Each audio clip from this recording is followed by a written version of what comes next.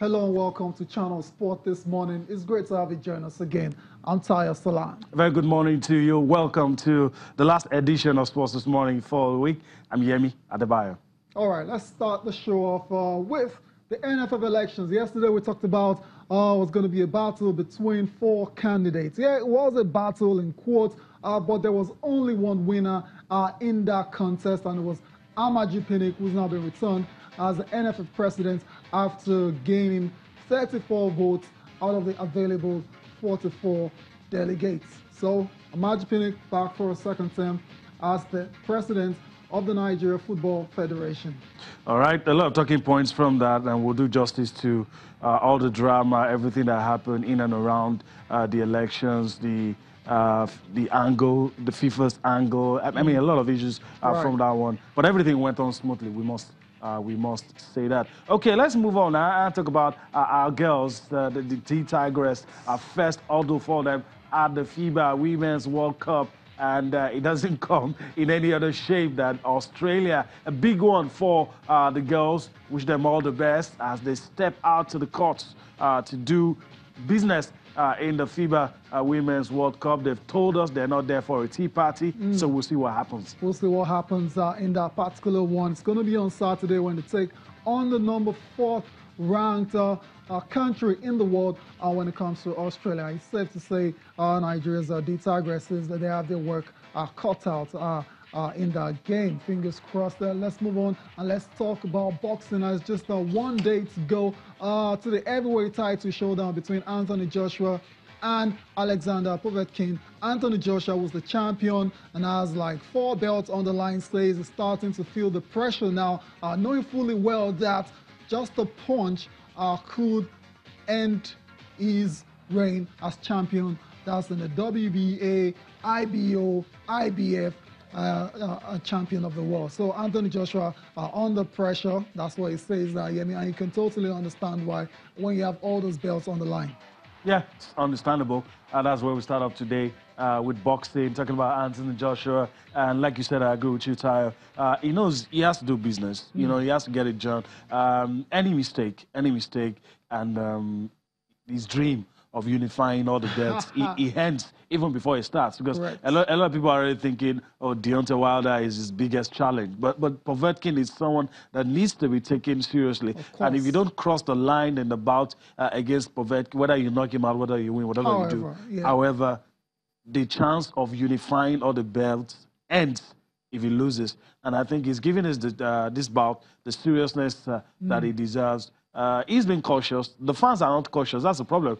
AJ is cautious. The fans are not. Interesting. Like I said, it will be a double whammy for Anthony Joshua because not only is he going to lose all those belts that I mentioned, his chances and his dreams of unifying and becoming the undisputed heavyweight champion of the world would have been ended as well. So if he loses to Alexander Povetkin, that's going to be on Saturday at Wembley. And the both fighters met for the last time before they weigh-in, which is going to go down later today. And I mean, it's very interesting.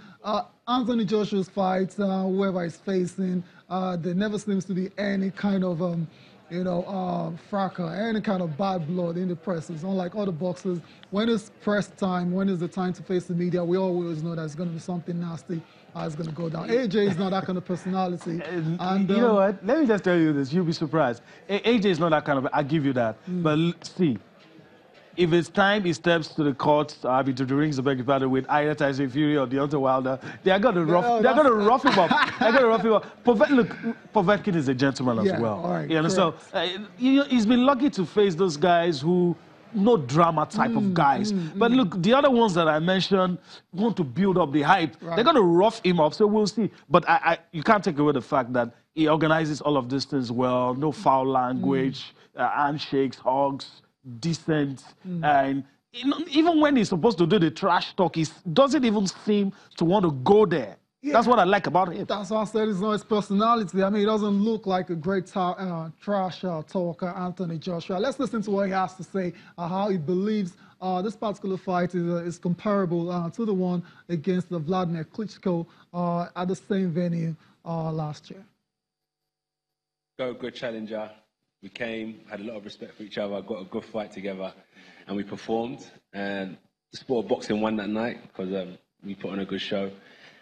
We've been away for a while. We're back now with Alexander Povetkin, and I'm expecting the same type of fight because skills apart, technique apart, I think we're both got a big heart and we can dig deep.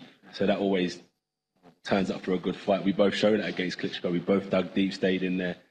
And we're going to do the same again Saturday night. Put our skills on the line. And I think the one who's toughest will come out victorious. You know me, I'm not one to kind of talk about too much fights and so on and so forth, but there was a lot of talk around the heavyweight division, which brings up all sorts of names. But ultimately, as we know, Povetkin is one of my toughest challengers to date. So that's where my focus has been throughout the last how many months I've been training for the fight.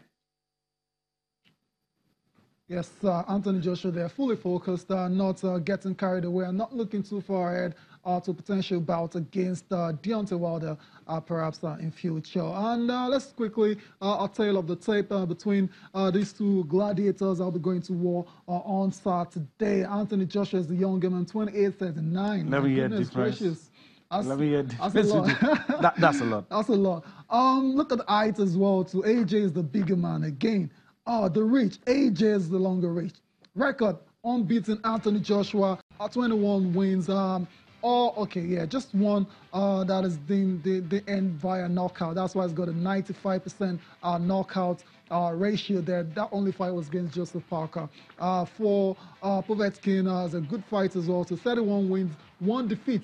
That 1 defeat was against Vlad in 2013, I believe. And his KO percentage 69. So looking at all this, it looks like this is all AJ. Well, sure. It's boxing. Sure. It's boxing. It's but you know, if Povetkin is going to win this, he has to be aggressive. You're fighting a guy who's taller, who has a longer reach. So it means that you're going to get into the line of fire, as they say, if you have to be aggressive. The next option would probably to outbox him. Then how do you outbox him?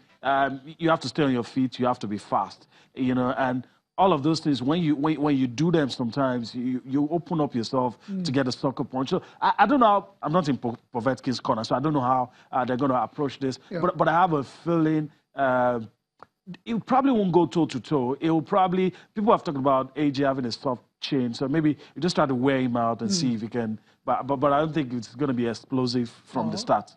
I don't think so. All right, we'll see. So. AJ soft chin.